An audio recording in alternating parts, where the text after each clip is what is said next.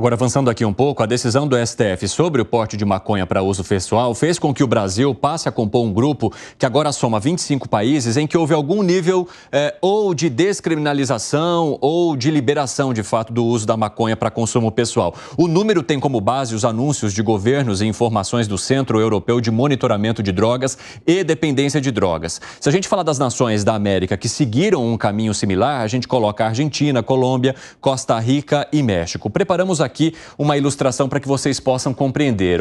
Então, são esses os países e para quem nos ouve, eu vou mostrando para vocês aqui que tem, de alguma forma, algum tipo de permissão para que as pessoas possam, então, fazer o porte sem que elas cometam um crime. Brasil, Argentina, Colômbia, Costa Rica, México, Estados Unidos, no Uruguai há a liberação, no Canadá também, em Malta também, Luxemburgo e Alemanha. Então, se a gente olhar para os países que, de fato, liberaram o uso de drogas, a gente está falando de Uruguai, Canadá, Malta, Luxemburgo e Alemanha.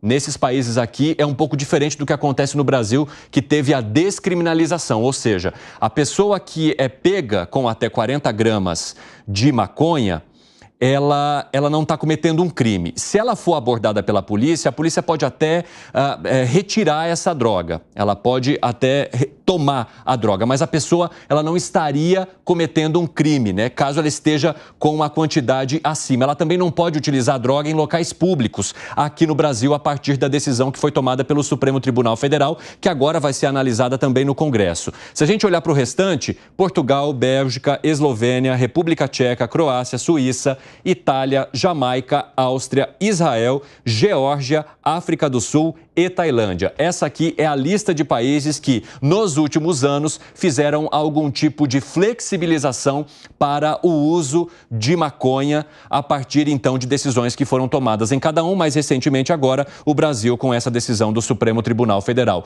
O que você acha, hein, Gustavo Segré? Quais são as diferenças? Agora, 4h29, o pessoal da rádio vai para um rápido intervalo. Daqui a pouco eu retomo a conversa com vocês. Nas outras plataformas, seguimos. Gustavo Segré, por exemplo, a Argentina tem um pouco de diferença entre o que aconteceu aqui no Brasil, né? Tem muita, porque foi uma lei de 2022, assinada pelo presidente Alberto Fernandes, só que a descriminalização nesse caso é para plantação, uso pessoal, somente em alimentos, cosméticos e remédios. Não é possível fumar. Não é possível do ponto de vista teórico. Ninguém vai pegar alguém porque está fumando, dá para ver algumas pessoas fumando na rua, mas formalmente, legalmente, penalmente, ainda continua sendo um delito. Só que dá uma relaxada um pouco pela atribuição que poderia ter. Colocar uma pessoa na prisão por um cigarro, então não vale a pena. Mas a lei é clara e diz que pode ser usado somente para utilização cosmética de remédios ou de alimentação, e quando é de remédios tem que ter uma receita do médico. Eu quero que vocês coloquem para a gente novamente essa ilustração, só para eu trazer um detalhe aqui, que no caso dos Estados Unidos, que integram essa lista, a gente está falando de um país em que os estados eles têm muita autonomia. Então, no caso dos Estados Unidos, não é que o país todo tem uma lei de liberação ou de descriminalização.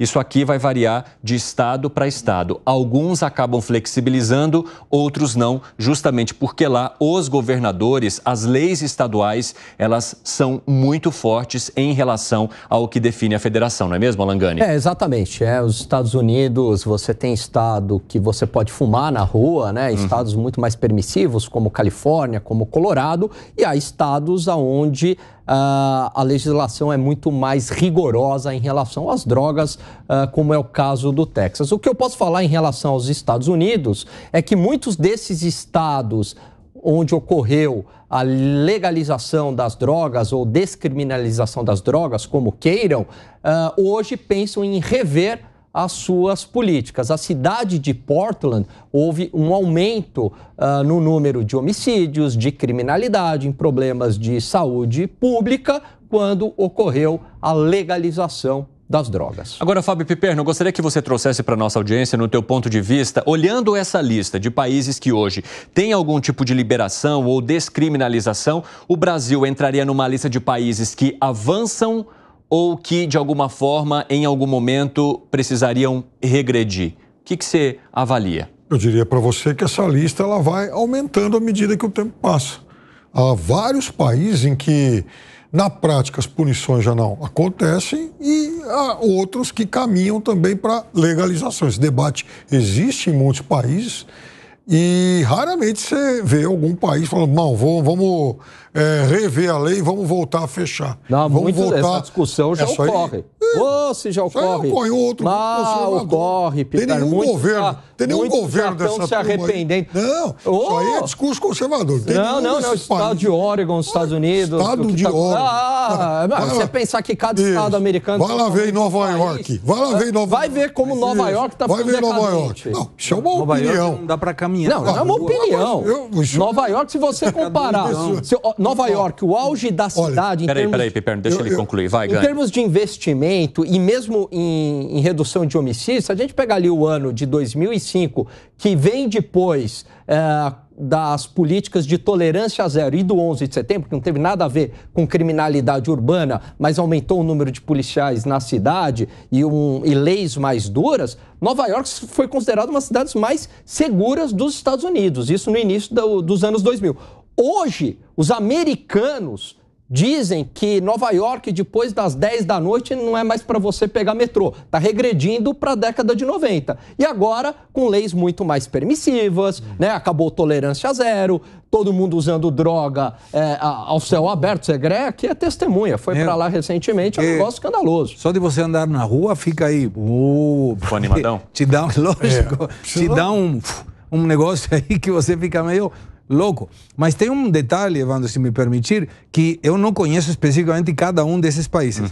Mas na maioria desses países que permite o uso de drogas, está legislada a venda de drogas. Não tem eu te deixo fumar, mas você tem que comprar no mercado ilegal. Quando você tem a legalização, sim, né? Então, isso é uma coisa bastante curiosa que só o Brasil conseguiu.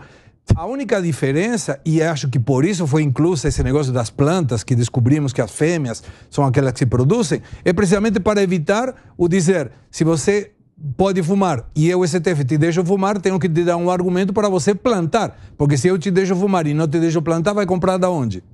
Do mercado legal. Em Nova York, por exemplo, não há essa... restrição, você pode fumar desde que você indique a origem desse produto. O sujeito fuma e ponto. Em Nova York... Mas é permitido, a venda lá tem smokes... Sim. Sei lá... Também mas aí tem o negócio lá, enfim, lá fumar maconha, fumar é um verbo intransitivo. O fato é que é muito difícil a gente ver um país em que há uma regressão em relação a essa abertura.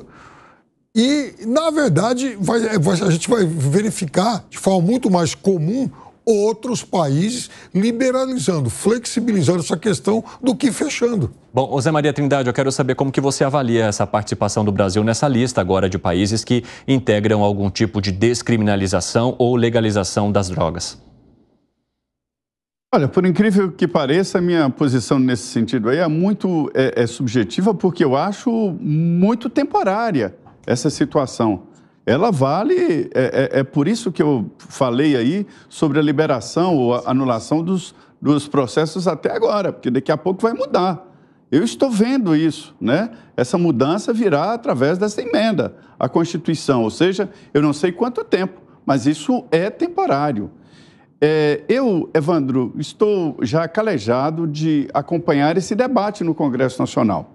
Todas as vezes, o Congresso decidiu não decidir. Parece besteira falar, mas é verdade. O Congresso não quer decidir sobre isso. Conversei recentemente com o deputado Diego Garcia, que é um militante ali da bancada católica, né? Da bancada religiosa, e ele dizendo assim, olha, não se iluda, a tentativa de liberar as drogas vem aos poucos. E ele estava falando do canabidiol. Não era nem a liberação de 40 gramas de maconha, do canabidiol, que é um remédio ali para certos tipos de convulsão e tal, e que a bancada se opõe muito porque entende que a liberação vem aos poucos, nunca ela chega de uma vez. Então, eu acho que essa situação é temporária.